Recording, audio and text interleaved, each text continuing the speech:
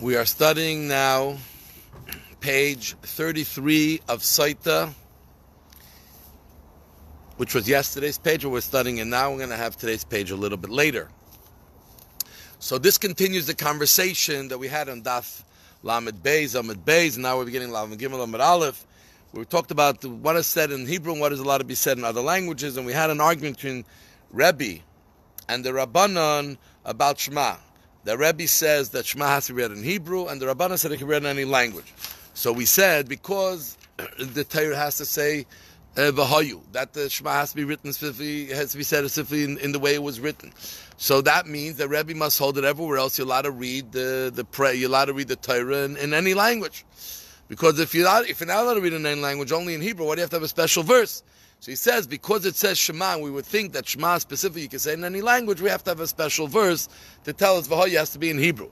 And the same thing would say on the other side. Maybe the rabbis hold that the whole Torah was said in Hebrew, that's why you need a verse, V'hayu you can say in any, Shema you can say in any language. But we say no, because it says V'hayu it has to be in Hebrew, you have to say Shema to counter it. So this is only argument specifically Rebbe and the Rabbanon by Shema, not anywhere else. Prayer has to be said, it can be said in any language. Why? You don't need a verse. Prayer is asking Hashem to give you what you need. It's about feelings that you're expressing to Hashem. So obviously in any language that you can express the feeling. So now the Gemara says you can pray in any language. Then Rabbi Yehuda said you should not pray in Aramaic, because Rabbi Yochanan said whoever prays in Aramaic, the angels do not help bring his prayers to Hashem, because the angels don't know Aramaic, and the angels carry our prayers to Hashem. So the Gemara says it depends if you're davening alone or with a group. If you're davening alone, you can't rely on Aramaic because you need the angels to help bring your prayers. But when you're davening with the minyan, it says Hashem listens to the prayers of a minyan. No one has to present it to Hashem. So therefore you can daven in any language, even Aramaic. But alone you should not daven in Aramaic. Now the Gemara questions, the angels do not understand Aramaic, but we find the Yochanan, the Kohen Gadol, who was, in the time of the Chashmonaim, when he heard a voice came out, and they were fighting a battle before Yom Kippur, and they went into Yom Kippur, and he heard a voice came out from heaven, in the Kodesh HaKadosh, in the Holy of Holies, that said that the young just won the battle in Antuchia. And also we find the story of Shimon HaTzadik also, that he heard a voice in the Holy of Holies that says that the enemy was destroyed, and those who hate the army was destroyed, and the enemy who wanted to come into the Heichel, into the temple, were destroyed, and they were killed.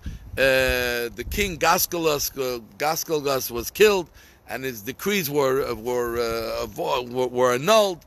And they wrote down exactly the time when they heard it, and it was in Aramaic. So how can it be, say the angels don't talk Aramaic when you see there's Aramaic?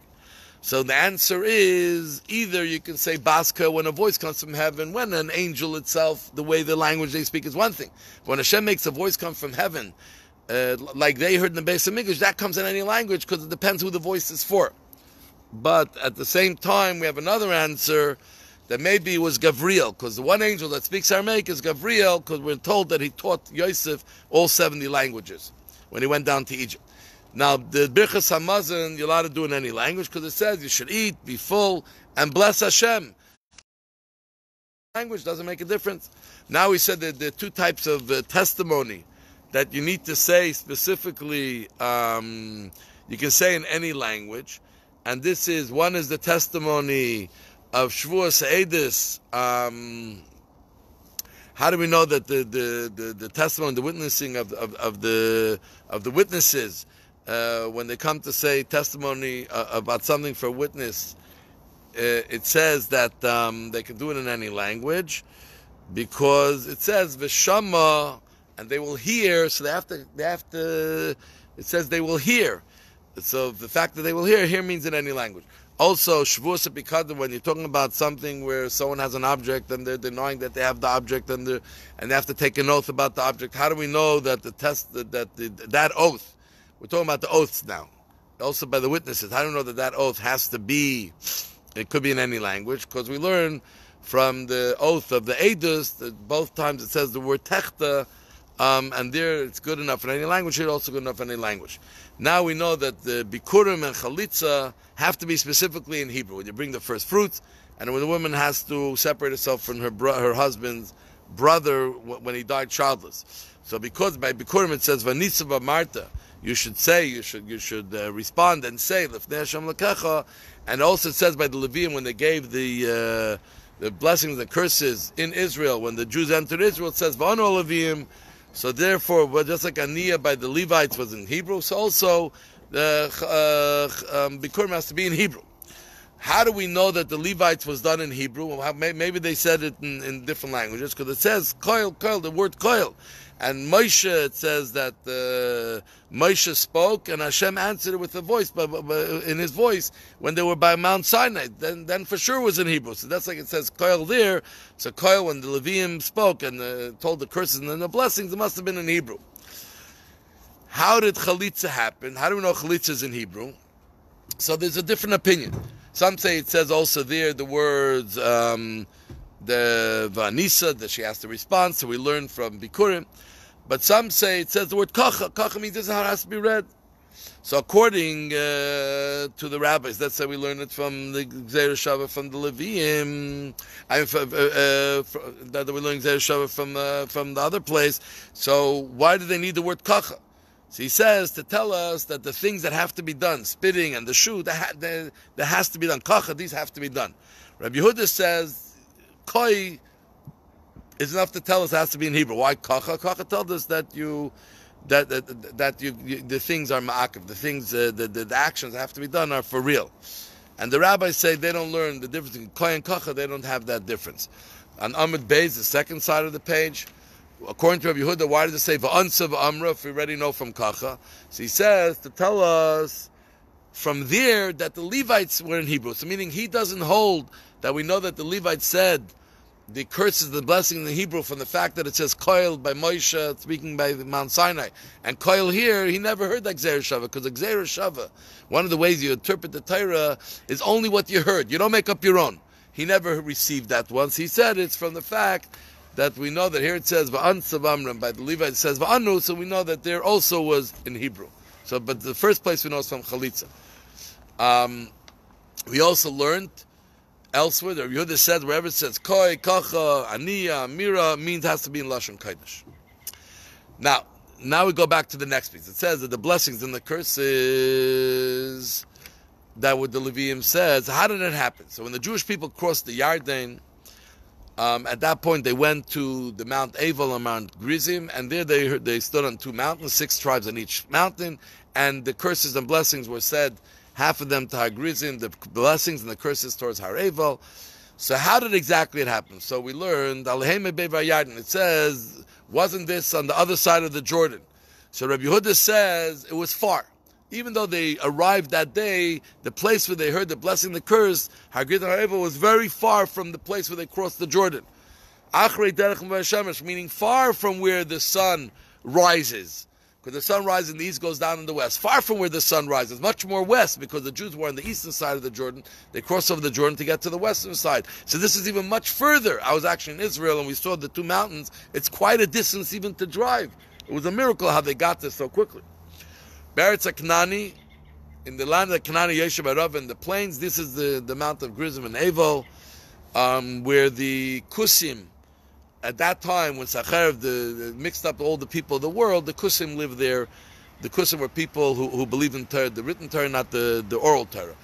Mula Gilgal, near Gilgal, near Eloi Nemeira, which is Shechem, because we know by Avram it says he came to Shechem, which is near Eloi Nemeira. So we know that Shechem, that this refers to Shechem, which was in the city that's between the two mountains. Rabbi Elazar ben Rabbi Yossi says that this is how I prove the Kusim that they're wrong, because you try to say you follow the Torah and you get everything from the written Torah, and you don't learn anything from the rabbis, even Gzeir Shava, the fact that we find elsewhere that this means this place, therefore this here it means also, because how do you know that Elam Meir is Shechem? Maybe Elam Meir is somewhere else. The only way we know is because by Avram it says Elam Meir is Shechem. But it doesn't say clearly in the Torah where it happened. So the fact that we accept and you accept that this is where the curses, the blessing happened, that means you also unknowingly accept the Torah and your basis, your fundamentals are wrong. Rabbi Eliezer argues and he says like this: when it says Be'evar Yarden, it must be very close to where they crossed. Because if it's very far, it says it happened on that day. How can it happen on that day? Why should we say that a miracle happened when we don't have to say a miracle happened? So when it says Achri Derech V'Hashemesh, it means it's far from where the sun goes down, which is west, meaning it was much more east, closer to the place. Be'eretz Knani. How could you say it's talking about Shechem? That's the area of Chivi, not the Canaanites. Another one of the 7 nations that lived in Israel. I say Ba'arava, it was in the plains. How could it be in the plains? That whole area about Har Grizim and Har Evel are in the amongst mountains. And near Gilgal, they didn't see Gilgal yet. So therefore he says it happens very, very close. It happens very, very close. Now, Rabbi Eliezer, the son of Yaakov, says that really the Torah is just giving them a direction. Just like when the first time we had clouds that gave us directions how to go, leave Egypt. So also we had the direction was given to us. The follow in this path. Don't go through the fields and the orchards. Go through this path. Go through civilization. Don't go in the desert. Go in the plains. Don't go through the mountains. Go this way. So Hashem was laying out the path that they should go, and that's the direction that they followed. The rabbis learned, how did the Jewish people pass through the Jordan? So every day, the first 2 tribes, Yehuda and Reuven, went in the front, and the ark went behind them. But today, when they crossed the Jordan, in the end of the 40 years in the desert, the ark went in front of them. And like it brings a verse. Every day, the Levites carried the ark. On that day, the Kohanim carried the ark. Because it says that when the Kohanim put their, who were carrying the ark, put their feet in the water, that's when the water split and stood up. It didn't split exactly, it stood up. And Rabbi Yossi says in 3 places the Kohanim carried the ark. One is when they crossed the Jordan, and the other one is when they walked around the city of Yericho, the walls fell in. Another one when they returned it to its place in the time of King Solomon, after the ark was taken away by the Philistines from the Mishkan Shiloh, the Mishkan of Shiloh. And then it was put, then finally it was given back, and they put it into one place. And then King David brought it he brought it to Beis Oved, and then he took it to the city of David. And then when Shalom HaMelech built the temple and he brought it to the temple, who brought it? That was the Kohanim. So this finishes this page. Thank you.